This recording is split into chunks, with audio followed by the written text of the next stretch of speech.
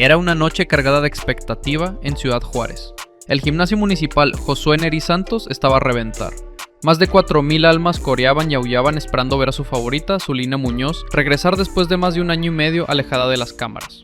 Enfrente estaba Vanessa Taborda, decidida a dar la sorpresa de su vida. Para muchos era una rival incómoda, siempre valiente, siempre de pie, capaz de aguantar metrallas sin retroceder. Esa noche quería desafiar a la campeona en su propio terreno, la guerra. Desde el primer round, la loba se lanzó con todo, no dejó espacio para que Taborda se sintiera cómoda. La presión de la mexicana fue inmediata, un gancho de zurda a la cara derribó a la retadora apenas sonó la campana. El público se levantó de sus asientos. Taborda, aturdida, logró incorporarse, pero su mirada reflejaba el peligro que tenía enfrente.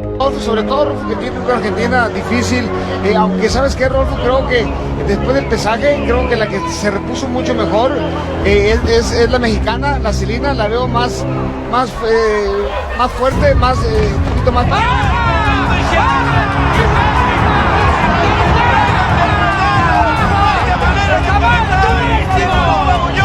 El golpe fue mortífero, quiso hacer un acto de equilibrio impresionante, casi nos la entrega en cuenta de regalo, lo decíamos, poderosa, a tratar de buscar ya la cerecita del pastel. En el segundo asalto, Zulina mantuvo el ritmo. Cada puño parecía tener la fuerza de todo su entrenamiento acumulado. Combinaciones al cuerpo y a la cabeza, ganchos cortos, golpes rectos. Taborda resistía, aguantaba y respondía como podía, tratando de mantenerse viva en la pelea. Pero si alguien pensaba que la retadora se iba a rendir, el tercer round demostró lo contrario. En un intercambio electrizante al centro del ring, ambas soltaron metralla sin miedo. La multitud rugía. Fue entonces cuando Taborda sorprendió a Zulina con una derecha que la tomó mal parada. La loba cayó a la lona. La derecha abajo, arriba, perdón, y luego le tira la izquierda abajo y luego la remata muy bien arriba. Definitivo, necesita tener tranquilidad Zulina, vuelve a atacar, encontró gancho, pero también la Argentina está encontrando estilo, vuelve a resbalarse, al tiro, el knockout está rondando este cuadrilátero en Ciudad Juárez, en Chihuahua. Ya vimos la potencia, lo que es capaz de hacer Zulina la Loba Muñoz. Por algo tiene 27 knockouts, una rareza para el boxeo femenil, tantos knockouts. Y ahí suelta la combinación, la mano izquierda. La Argentina también se muestra valiente. ¡Mira, manda la lona! ¡Sí! Ahora la negra manda la lona, la sorprendió con una mano izquierda, pero mal parada, más que la potencia que llevaba. Para sorpresa de todos, el público contuvo el aliento, pero la campeona se levantó rápido, sin titubear, mostrando esa mentalidad de guerrera que siempre la ha caracterizado. Cerró el asalto lanzando combinaciones potentes, dejando claro que el golpe no la había lastimado de verdad, sino que solo encendió su furia interna. Para ese momento, el ambiente era pura tensión. Cada golpe que conectaban arrancaba gritos de la multitud. Los comentaristas no daban crédito a la ferocidad del combate. Todos sabían que algo grande estaba por suceder. El cuarto round empezó como una estampida. Zulina salió con los ojos inyectados de hambre de knockout. Sabía que no podía dejar dudas. Taborda, valiente como pocas, decidió plantarse una vez más a intercambiar fuego. Fue su mayor virtud y su mayor error. En medio de un intercambio brutal, Muñoz encontró el espacio para ejecutar lo que había practicado 1000 veces en el gimnasio. Con un movimiento rápido soltó una derecha salvaje que impactó de lleno en la mandíbula de la retadora. Taborda cayó de frente, completamente noqueada. El silencio se apoderó del gimnasio por un par de segundos antes de que estallaran los aullidos y los gritos. El referee no dudó ni un segundo. Se lanzó a detener el combate, mientras el equipo médico subía a asistir a la Argentina, que permaneció tendida varios minutos sobre la lona. Necesita Zulina, es trabajar y trabajar. Y encontró otra vez con la izquierda, ahora que siga atacando Lama. Yo creo que Zulina es mejor que Taborda, pero tiene que no entrar a la pelea de Taborda con calma, desde afuera, vamos. Lama, no lo creas, es mejor Lama.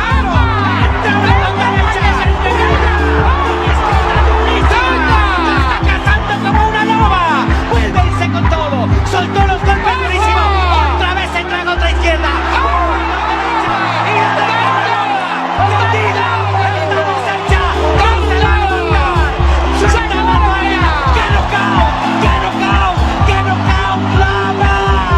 es increíble la potencia, la capacidad de noquear que tiene Zulina Muñoz. De eso hagamos mucho en estos días, lo sabíamos, pero qué demostración, compañero. Señores, es una fiera de Zulina la Loba.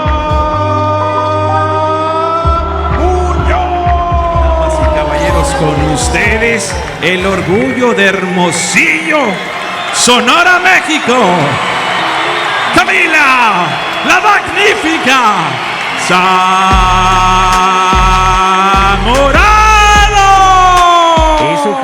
Con apenas 17 años de edad, Camila la Magnífica Zamorano se subió al ring dispuesta a desafiar la historia del boxeo femenil. Frente a ella, Mika Iwakawa, una experimentada guerrera japonesa con un largo recorrido como campeona mundial, prometía ser la prueba más dura de su corta pero impecable trayectoria.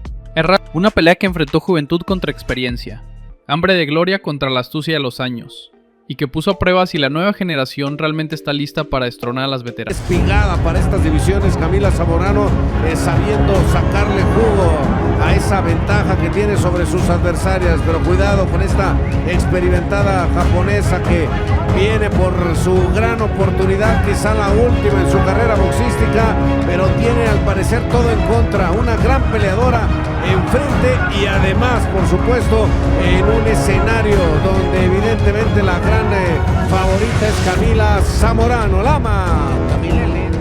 Al tercer asalto, la japonesa demostró por qué había sido campeón. Encontró un hueco en la guardia de Zamorano y conectó un par de uppers limpios al mentón, estremeciendo a la joven peleadora.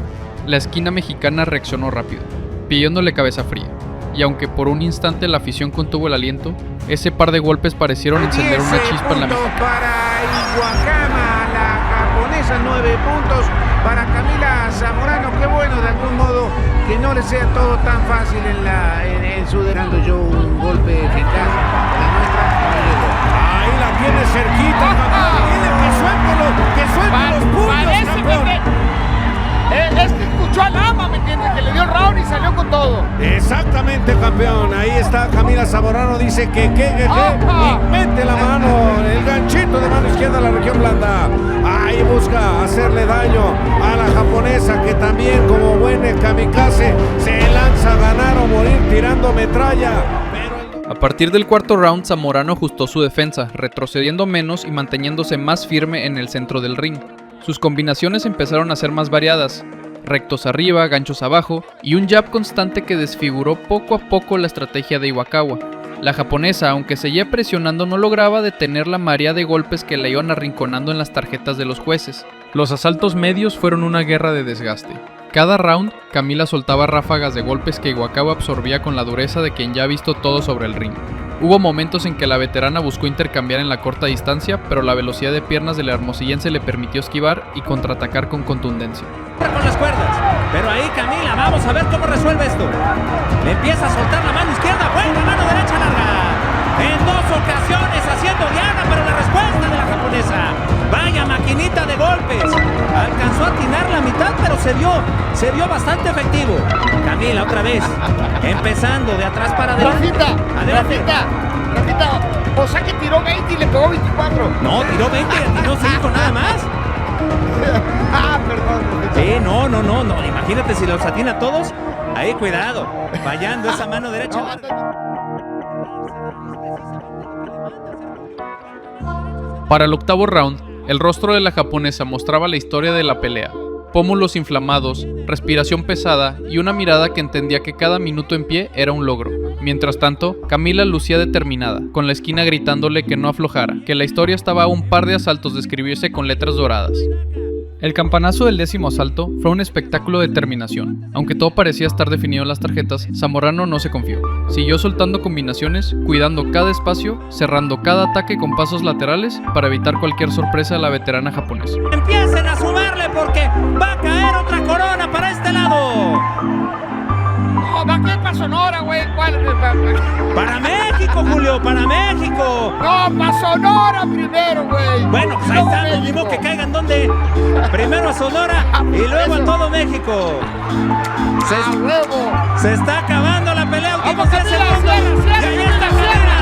Ahora sí se arranca con todo. No se quiere guardar nada. La japonesa sabe que ya lo perdió, pero ahí está el dominio por parte de la magnífica, que hizo una tremenda exhibición. Boxeo por nota. Al sonar la campana final, el público ya se sentía campeón. La tensión se mantuvo unos segundos mientras se leían las tarjetas. 190, 190 y 98-92. Una decisión unánime que levantó un rugido de la grada. La hermosillense no solo consiguió su sueño de ser campeona mundial, sino que lo hizo batiendo el récord de edad para una monarca del CMB en la rama femenil. Con solo 17 años y menos de 180 días, Camila Zamorano se convirtió en la reina más joven y la primera campeona mundial nacida en Sonora. Su vencedora por la línea de la decisión unánime. And she is the new WBC Minimum Weight Champion of the World. La nueva campeona mundial peso átomo del CMB.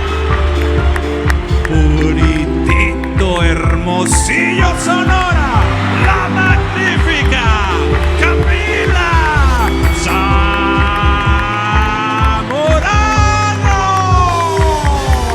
Se funde en un abrazo emocionado ahí en la esquina Camila Zamorano, y con todo ese candor y lo que provoca la juventud, estalla en júbilo. Así que una buena actuación, demostración de Camila Zamorano.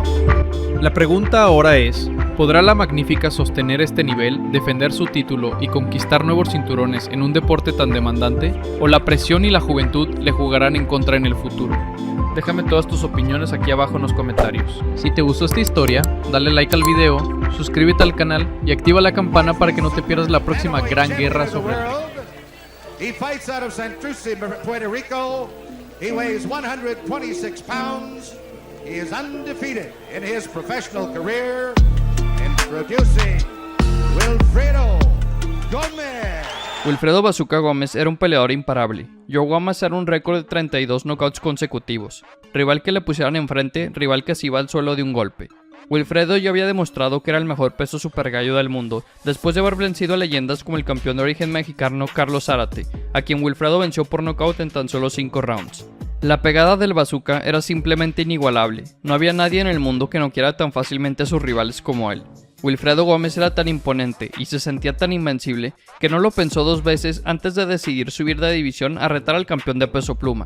Y en ese momento, el campeón de peso pluma era nada más y nada menos que el jovencito mexicano Salvador Sánchez. Salvador Sánchez tan solo tenía 22 años de edad, pero ya era el campeón de la división de peso pluma. Sin embargo, era bastante claro que el récord profesional del puertorriqueño era mucho más llamativo que el de Sánchez, quien apenas hace un año había comenzado a subir al nivel de oposición. Antes de enfrentarse a Sánchez, Wilfredo Gómez ya había vencido a rivales del nivel de Carlos Zárate, mientras que Sánchez todavía estaba en búsqueda de una victoria decisiva que lo diera a conocer con todos los aficionados del boxeo. Además, Gómez tenía un récord de 32 victorias con 32 knockouts, es decir que el bazooka tenía una efectividad de knockout del 100%.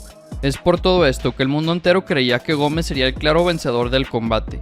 Los críticos, expertos, aficionados y hasta los apostadores en Las Vegas veían al boricua como el claro ganador de la pelea. Cualquier otro resultado no les hacía sentido. Y claro que Wilfredo Gómez estaba de acuerdo con ellos. Gómez solía decir que iba a mandar a Sánchez al suelo en el primer asalto de la pelea y luego noquearlo por completo en el 8º round. Esto era una promesa que el bazooka juraba cumplir, mientras que Sánchez solamente respondía que él iba a dejar que sus puños hablaran el día del combate, que no había necesidad de andar de hablador como Wilfredo. Pero además de prometer no tardar más de 8 rounds en noquearlo, Wilfredo Gómez llamó a Salvador Sánchez un don nadie, y lo llamó el rival más débil que alguna vez se haya podido enfrentar. Existía una rivalidad entre él y yo, porque él hablaba demasiado, porque nunca se callaba, porque en cualquier conferencia de prensa siempre aprovechaba para decir que era mejor que yo y que cuando estuviéramos enfrente, arriba del ring, me iba a ganar. Por fin había llegado el 21 de agosto de 1981, día en que Salvador Sánchez enfrentaría al monstruo noqueador y a un invicto campeón Wilfredo Gómez. Era la hora de la verdad. ¿Acaso el pronóstico de Wilfredo Gómez se tornaría en realidad? ¿Acaso los expertos, periodistas y apostadores estaban en lo correcto? La pelea comenzó, y rápidamente se notó el deseo de Gómez por mostrarle su aterradora pegada a Sánchez. Wilfredo quería lastimar a Sánchez lo antes posible y acabar con la pelea lo antes posible, por lo que en el primer asalto el bazooka comenzó a tirar golpes de poder para llevar al mexicano contra las cuerdas.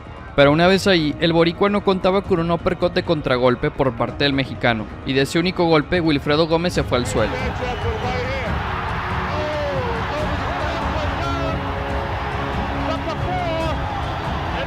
Fue en el 8º asalto donde tanto Wilfredo como Salvador Sánchez decidieron salir con toda la agresión que tenían a probar la pegada y el aguante del otro. Wilfredo conectaba un golpe de poder, pero Sánchez respondía inmediatamente. Wilfredo tiraba 3 ganchos a la cabeza de manera consecutiva y Sánchez le regresó al favor tirando 3 ganchos al hígado. Ese mismo 8º round, el mexicano decidió ahora ser él quien llevase a su rival en contra de las cuerdas. Wilfredo decidió quedarse parado e intercambiar golpes con Salvador a pesar de estar acorralado, con la esperanza de que su famoso poder demoledor lo sacara de aprietos. Wilfredo probablemente pensó que tenía que aprovechar ahora que Sánchez era el claro agresor de la pelea y se iba a quedar parado justo enfrente de él. Probablemente pensó que era el momento indicado para regresarle el favor al mexicano y contragolpearlo con un golpe de poder justo como Sánchez lo hizo en el primer round de la pelea. Sin embargo, Wilfredo Gómez fue quien se llevó la peor parte de ese intercambio de golpes, y después de recibir una ráfaga de golpes demoledora, Wilfredo Gómez cayó noqueado al piso una vez más. Estuvo a punto de caer fuera del ring de lo tan lastimado que estaba. Wilfredo se levantó del suelo, pero con una mirada perdida y piernas tambaleantes, el referí no tuvo otra opción más que parar la pelea. Y de esa manera, Wilfredo Gómez perdió su récord invicto y Salvador Sánchez pasó a la historia del boxeo mundial. Él hace mucho más daño con su pegada que Wilfredo con la suya, y ahí le van a tener que parar la pelea, y el referee interviene y lo manda a una esquina neutral y le va a aplicar la cuenta de protección, pero ya no se para, se levanta Wilfredo y ya no sigue la pelea, y ha ganado por nocaut técnico en el octavo fondo el mexicano Salvador Sánchez. Una maravillosa pelea y una brillantísima defensa de su corona mundial de peso pluma. Currently ranked the number 2 WBC Super Lightweight Contender, presentando al retador número 2 en el mundo, Greg Haugen. Campeón del mundo de peso ligero y superligero en múltiples ocasiones, un peleador que no le tenía miedo a nadie, retaba y se enfrentaba a los mejores del mundo. Se enfrentó a Héctor el Macho Camacho, a Pernell Whitaker, a Vinny Pacienza y a muchos más. Reconocido por su fanfarronería, su manera de burlarse e insultar a sus rivales, su habilidad de hacer enojar a cualquier persona que le pusieran enfrente solamente hablando.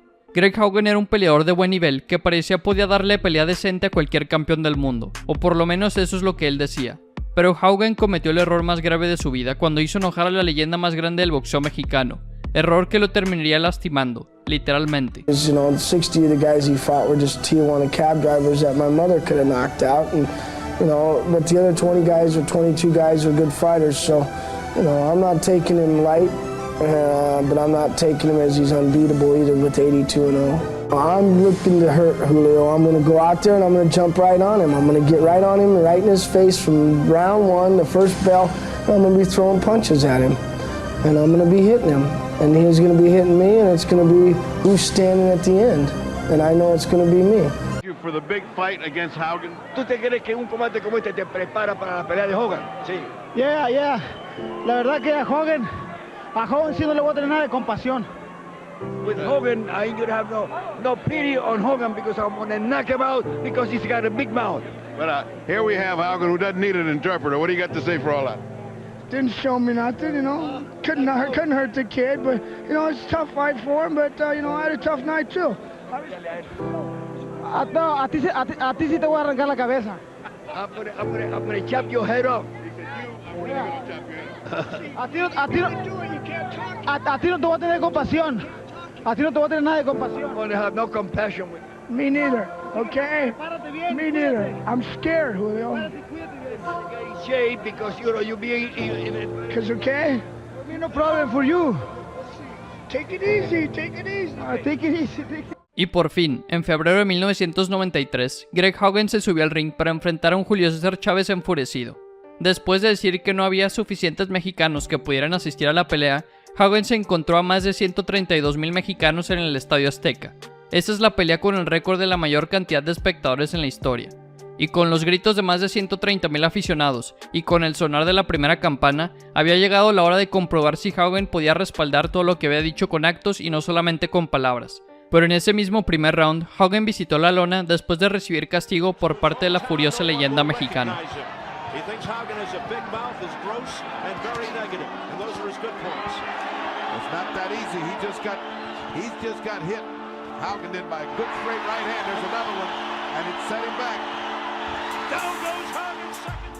Chávez pudo haber intentado terminar con Haugen en ese primer asalto, pero Chávez no quería noquearlo tan rápido. Chávez quería que Haugen sufriera más, quería lastimarlo aún más por todas las burlas e insultos que había dicho. Entonces lo dejó recuperarse para que volviera a salir en el segundo round. Y así fue la pelea round tras round. Chávez lastimaba a Haugen al inicio de cada asalto, pero luego lo dejaba recuperarse para poder golpearlo aún más en el siguiente round.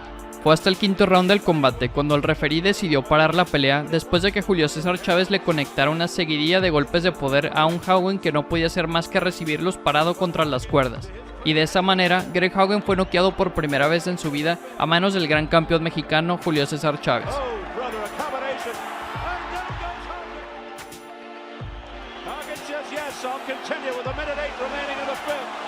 The problem is there's a minute and 10 seconds, and Chavez wants to go home.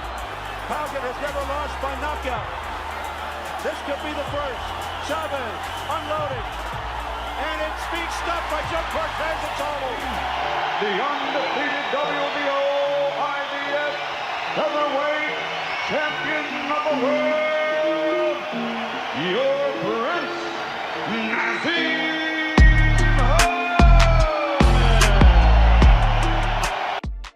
Campeón indiscutido de peso pluma, con un impresionante récord de 36 victorias y 31 knockouts, un actual salón de la fama y un peleador reconocido como uno de los mejores en la historia de Inglaterra, una superestrella, un showman. Reconocido por su gran pegada, su estilo de pelea poco común, su habilidad para llamar la atención y su facilidad de palabra para calentar cualquier pelea. Naseem Hamed, también conocido como el Príncipe Naseem, era un peleador que parecía invencible, y al creerse el mejor del mundo, el príncipe nunca se guardó nada a la hora de hablar y retar a sus rivales, desde insultos, burlas hasta provocaciones hacia sus rivales. Naseem Hamed era un hablador, fanfarrón y presumido, y la verdad es que el príncipe siempre se salía con la suya porque siempre terminaba ganando sus peleas, y todos los insultos y burlas que decía se tornaban en realidad. Sin embargo, por fin llegó el día en el que todas las palabras que salieron de su boca le llegaron a costar muy caro. Basically harder and a better puncher and more dangerous than Barrera, Morales, all of them guys, and they never came to the table except Augie. Damn, I'm looking good. All right. Morales and Barrera will come 2001 when they want it. And when they want it, they'll get knocked out because I want it now. You definitely step up taking on Marco Antonio Barrera. At what point did you decide you wanted to get in the ring with the best of the best? It's not me that decided that wanted to get in the ring with the best of the best. That's not happening. It's them that decided with me. I offered to fight Barrera way before he took the fight, and he refused the fight. So you got you mixed up a little bit. You're a little bit confused with that. Them guys stepped up to the table after I offered it them. And when I did offer it them the first time, they refused. And now is the time it's going to happen because he's accepted. I've basically got too much power for that boy, too much speed for that boy, and I'm going to prove it tonight that I'm the best featherweight in the whole world. Y después de tantas negociaciones, después de tanto hablar, Marco Antonio Barrera se enfrentó al Príncipe Naseem Hamed en Las Vegas, Nevada, en la que fue la primera pelea de pago por evento de Hamed en Estados Unidos. Y con el sonar de la primera campana había llegado la hora de comprobar si todo lo que decía Hamed era realidad o si por primera vez en su vida se había equivocado. Y rápidamente, desde el primer round se notó claramente que el mexicano había subido al ring con un buen plan de pelea. Con su técnica depurada, con un estilo que variaba entre el estilo agresivo usual y un estilo enfocado al contragolpeo, Marco Antonio Barrera encontró éxito en el primer asalto del combate, logrando inutilizar la mano izquierda peligrosa de Hamed para luego rematarlo con un golpe de derecha. Después de ese primer asalto, Hamed se dio cuenta de que la pelea sería complicada, y poco a poco la pelea se tornaba más sucia, más física. Hamed tomó a Barrera del cuello en una ocasión y lo envió al piso junto con él, cosa que enfureció al mexicano, que no se podía permitir perder la calma en ningún momento. Con el paso de los rounds, ambos fueron encontrando éxito en sus ataques. Barrera contragolpeaba y conectaba golpes poderosos a un príncipe que estaba acostumbrado a no recibir demasiado castigo, y Hamed lograba conectar golpes rectos debido a su gran velocidad de manos. La diferencia a lo largo de la pelea es que Barrera aterrizaba golpes constantemente en cada round, y el éxito de Hamed era mucho más esporádico. Sin embargo, todos sabían que Naseem Hamed tenía dinamita en sus manos, y que de un buen golpe podía noquear a un Barrera que recién había subido de peso. Es por esto que el mexicano no se podía permitir desconcentrarse en ningún momento. Naseem probó todo lo que pudo para ganar terreno en el combate. Intentó ser el agresor, intentó contraatacar, hasta cambió su guardia de zurdo ortodoxo, cosa que sí le brindó algo de éxito. Pero ni eso fue suficiente para detener a Marco Antonio Barrera en la que parecía ser la mejor pelea de su vida. En el último round, Barrera le devolvió el favor a Hamed y lo tomó igual que como Hamed lo había tomado al inicio del combate. Pero en vez de enviarlo al suelo, Barrera lo empujó y lo estrelló en contra de la esquina, por lo que el referí le quitó un punto en las tarjetas de los jueces.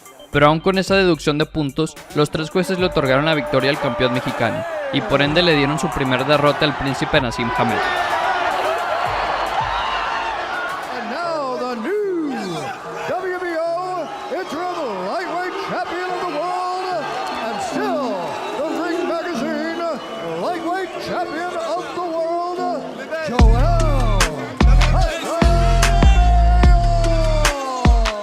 Medalla de oro en los Juegos Olímpicos del 92, 2 veces campeón del mundo, campeón unificado de peso ligero, reconocido por haberse enfrentado a la mejor oposición que había, además de su siempre presente fanfarronería.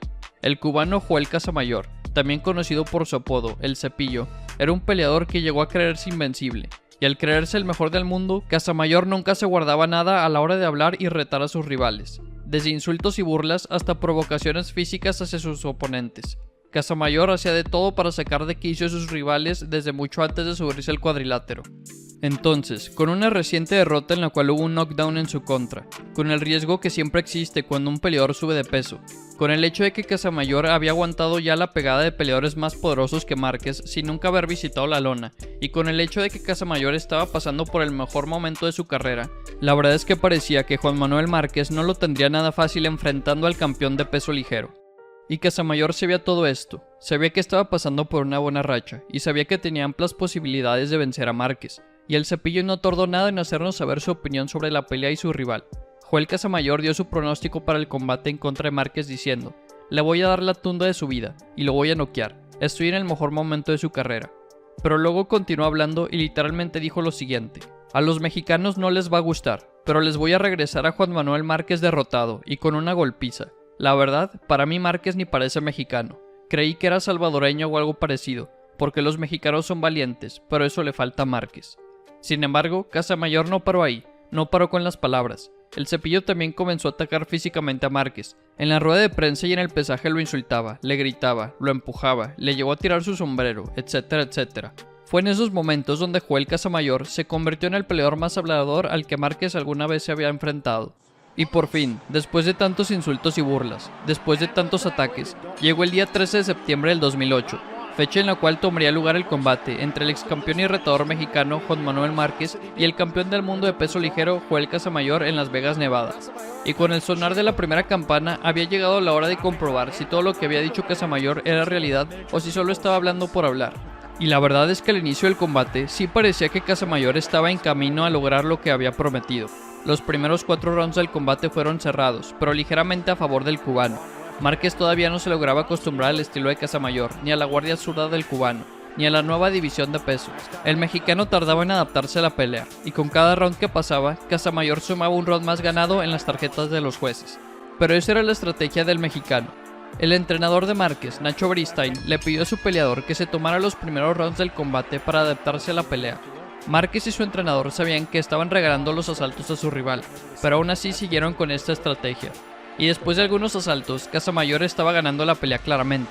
El cubano ganó los primeros 4 rounds mínimo. Pero tampoco es que estuviera dominando ampliamente. Casamayor conectó más golpes que Márquez, pero Márquez conectaba constantemente también. El mexicano hacía ajustes con cada round que pasaba. Y por fin, en el quinto asalto de la pelea, las cosas cambiaron ampliamente.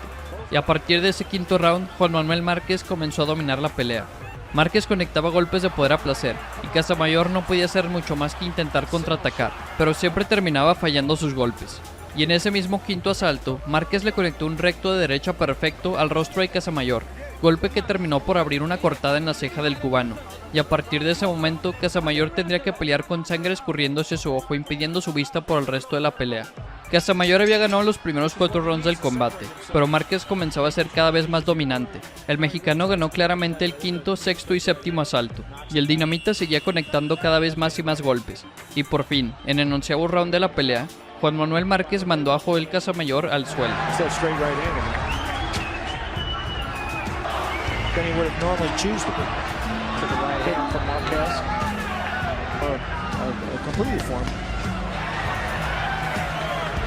Having a better run for Casamayor.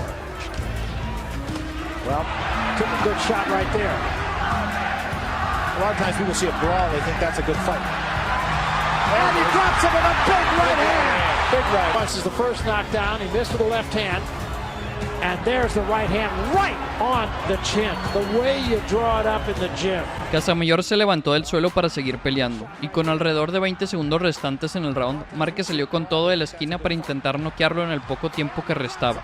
Casamayor trató de abrazar al mexicano para intentar perder tiempo y sobrevivir hasta que sonara la campana, pero Márquez seguía atacando sin parar, y con tan solo 10 segundos restantes, Márquez volvió a enviar al cubano al suelo, y ahí, por primera vez en su vida, Joel Casamayor fue noqueado. Remember, Casamayor has never been knocked out. He's down again, and that's it.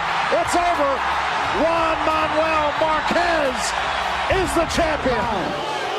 His professional record consists of 26 wins, 2 defeats, with 22 KOs. He is the WBA lightweight champion of the world, Edwin El Chapo Rosario. 3 veces campeón del mundo de peso ligero, un peleador con una pegada verdaderamente temible. Reconocido por ser un peleador que se enfrentaba a los mejores sin poner ninguna excusa, se enfrentó a Héctor el Macho Camacho, Howard Davis Jr. y José Luis Ramírez. Un boxeador sumamente destructivo. De sus 47 victorias, 40 fueron por la vía del knockout. El puertorriqueño Edwin Rosario, también conocido por el apodo de Chapo, era un campeón del mundo sólido que lastimaba a cualquiera que se atreviera a pararse enfrente de él, pero que acompañaba su alto nivel boxístico con insultos y burlas para hacer menos a sus rivales y sacarlos de quicio. Pero esta táctica de hablar de más no siempre le funcionó. Para el año 1987, Edwin Rosario ya se había hecho de un hombre en la división de peso ligero. Se había enfrentado a Héctor el Macho Camacho, se había enfrentado en 2 ocasiones a José Luis Ramírez y recién había recobrado el campeonato mundial de peso ligero.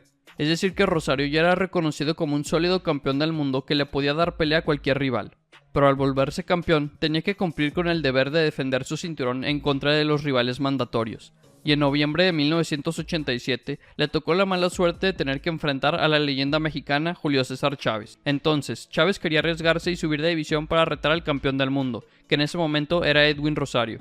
Rosario aceptó enseguida, y con todos de acuerdo, la pelea se pactó para el 21 de noviembre, y una vez se hizo oficial, Rosario comenzó a hablar. Voy a noquear y llega el día de la pelea y noqueo, y así te va a pasar a ti. Esa mañana tienen todos los puertorriqueños de decir que nos van a noquear. Fíjate, cambiaste la pregunta porque dijiste que los puertorriqueños eran iguales primero. Es cierto, pues tú eres igual que los puertorriqueños. Y de arrancarle la cabeza a el primero fue, fíjate bien, el primero fue Edwin Rosario, que en paz descanse. El Chapo. Sí. El Chapo Rosario, Sí. porque me insultó, me dijo hasta de qué me iba a morir. Y se metió con mi esposa, me dijo, no puedo decirlo aquí en la televisión, pero... Pero le dije, no puedo, tampoco puedo decirlo en la televisión. Pero le dije, me vas a, ya sabes, ¿me entiendes? Y te voy a arrancar la cabeza, le dije. Y la verdad subí con un coraje y una rabia. Era personal. Era personal. Sí, Julio César Chávez subió al ring el día 21 de noviembre de 1987 para enfrentarse al campeón del mundo Edwin Rosario. Había llegado la hora de la verdad. ¿Podría Rosario cumplir su palabra y acabar con el reinado del mexicano? ¿O acaso quedaría como un hablador más? La pelea se mantuvo pareja los primeros 4 asaltos. Rosario por momentos contragolpeó fuerte. Los golpes de ambos sonaban como bombas cada vez que conectaban. Chávez salió al ataque desde el comienzo, por lo que Rosario no podía hacer más que caminar hacia atrás e intentar contragolpear al mexicano. Pero ni Rosario ni su esquina se esperaban la bestial presión de Chávez, quien fue machacando primero abajo y luego arriba para dejarlo sin oportunidad alguna. Conforme avanzó la pelea, más creció el dominio de Julio César Chávez, y también las señales de castigo en el rostro del boricua. Los golpes por parte de Chávez eran incesantes, y para el 10º round el ojo izquierdo de Rosario estaba completamente cerrado. La inflamación en el rostro del boricua era tanta que ya estaba en riesgo de perder la vista de su ojo de manera permanente, además de que también estaba sangrando de su nariz y boca. El castigo ya había sido demasiado, y por fin, en el 11º round de la pelea, la esquina de Edwin Rosario tiró la toalla y el referí paró el combate, otorgándole la victoria a Julio César Chávez por la vía del knockout técnico.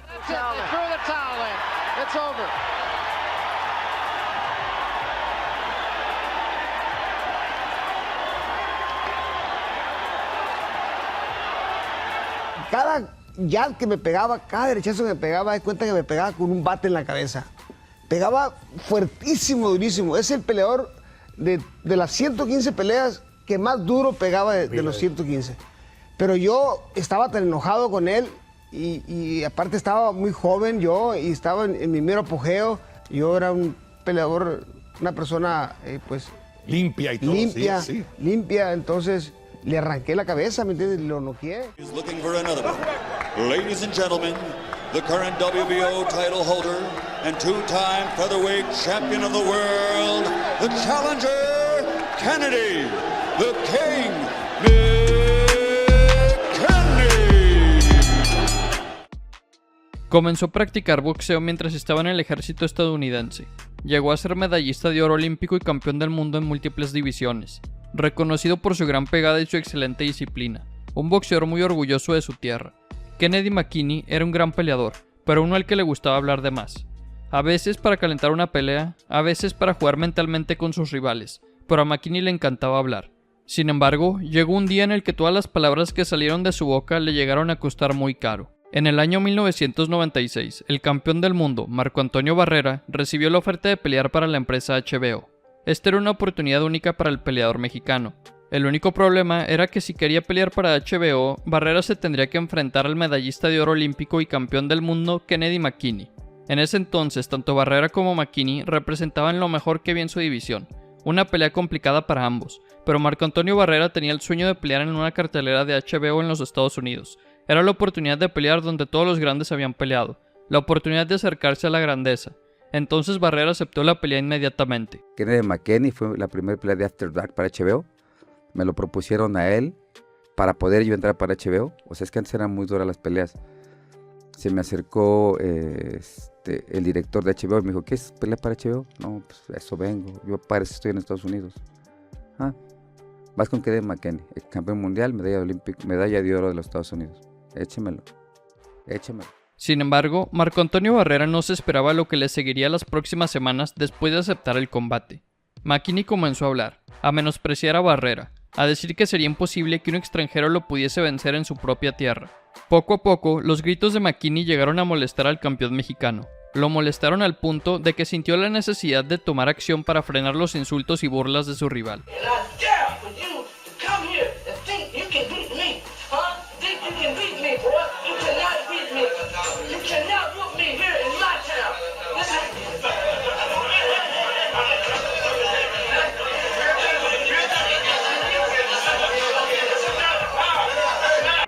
Después de esa conferencia de prensa, todo el mundo esperaba con ansias ver ese combate. Y por fin, en febrero de 1996, Marco Antonio Barrera subió al ring a enfrentarse al hablador de Kennedy McKinney. Y debido a las ganas que ya se traían desde la conferencia de prensa, no hubo ningún round de estudio en el combate. Desde el primer minuto de la pelea, ambos salieron con todo, ambos en búsqueda del knockout. Sin embargo, rápidamente nos dimos cuenta de que Barrera había encontrado más éxito en el combate. A lo largo de toda la pelea, el peleador mexicano lastimaba de manera constante a un McKinney que parecía no poder lidiar con la velocidad y la agresividad de Barrera. Y por fin, en el octavo round, Barrera mandó al estadounidense al suelo con un golpe de poder bien conectado después de haber mermado la condición física de McKinney a lo largo de todo el combate.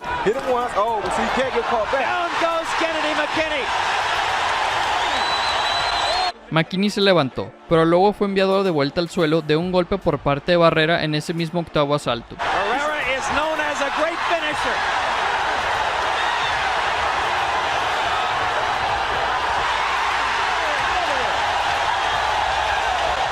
McKinney se volvió a parar y logró sobrevivir ese octavo round.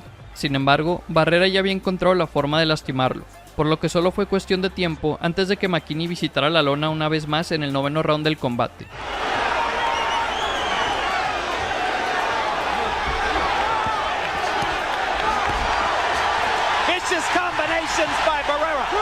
Entonces, en ese 12º asalto, Marco Antonio Barrera salió a demoler los restos que quedaban de McKinney.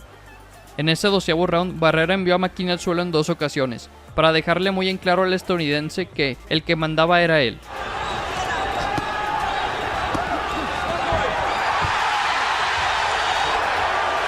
McKinney is a weak fighter now. Barrera knows it. And that's it! A fitting end to a great...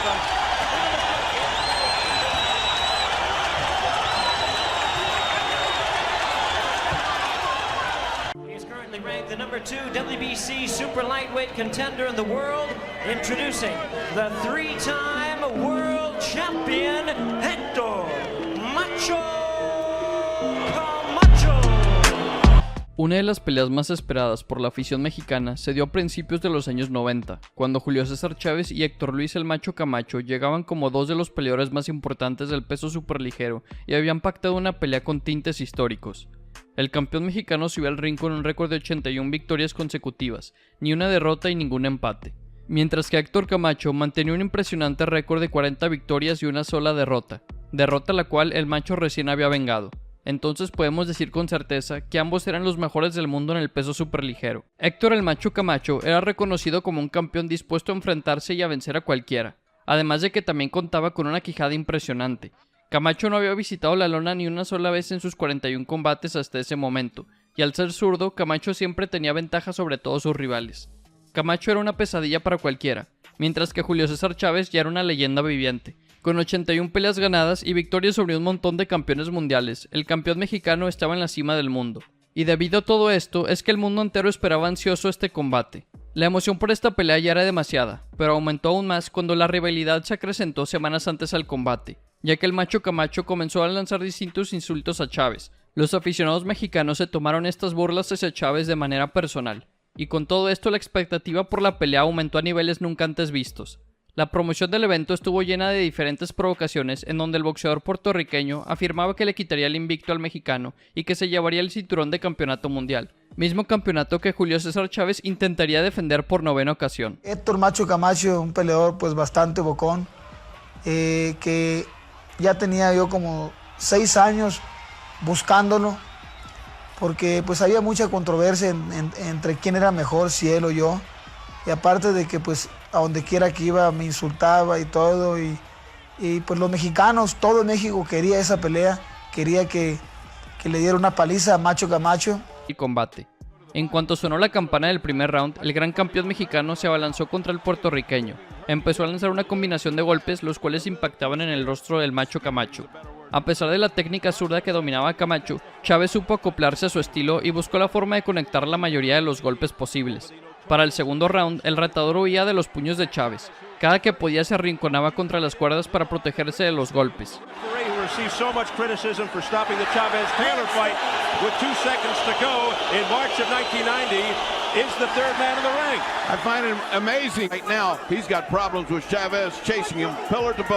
Yes. He is holding on inside very, very tight.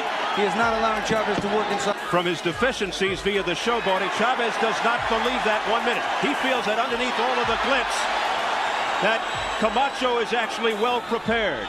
But does Camacho have the legs to withstand the punishing blow? Fueron transcurriendo los rounds y la fortaleza del púgil de Puerto Rico fue sucumbiendo. Sin embargo, el knockout que tanto buscaba Chávez no llegaba. El rostro de Chávez no se fue limpio tampoco, pues también recibió diferentes combinaciones impulsadas por su rival. Cada golpe conectado entre los peleadores acrecentó la emoción del público que estuvo al pendiente de cada round. Los últimos asaltos fueron una batalla de golpes. El Macho no se dejó vencer tan fácilmente, y cuando parecía que caería a la lona, se reponía de los golpes y volteaba el ataque en contra del mexicano. Entre las tribunas empezó a sonar el nombre de Chávez. El público aclamaba al sinaloense para que este cerrara fuerte la pelea. Al final de los 12 asaltos, los jueces tuvieron que decidir al vencedor del encuentro, con las tarjetas de los jueces siendo de 119 a 110, 120 a 107 y 117 a 110, Julio César Chávez se llevó la victoria por decisión unánime y derrotó al puertorriqueño. Julio César Chávez, again, to our knowledge, has never been on the canvas. And Camacho nearly went down, the rope saved him.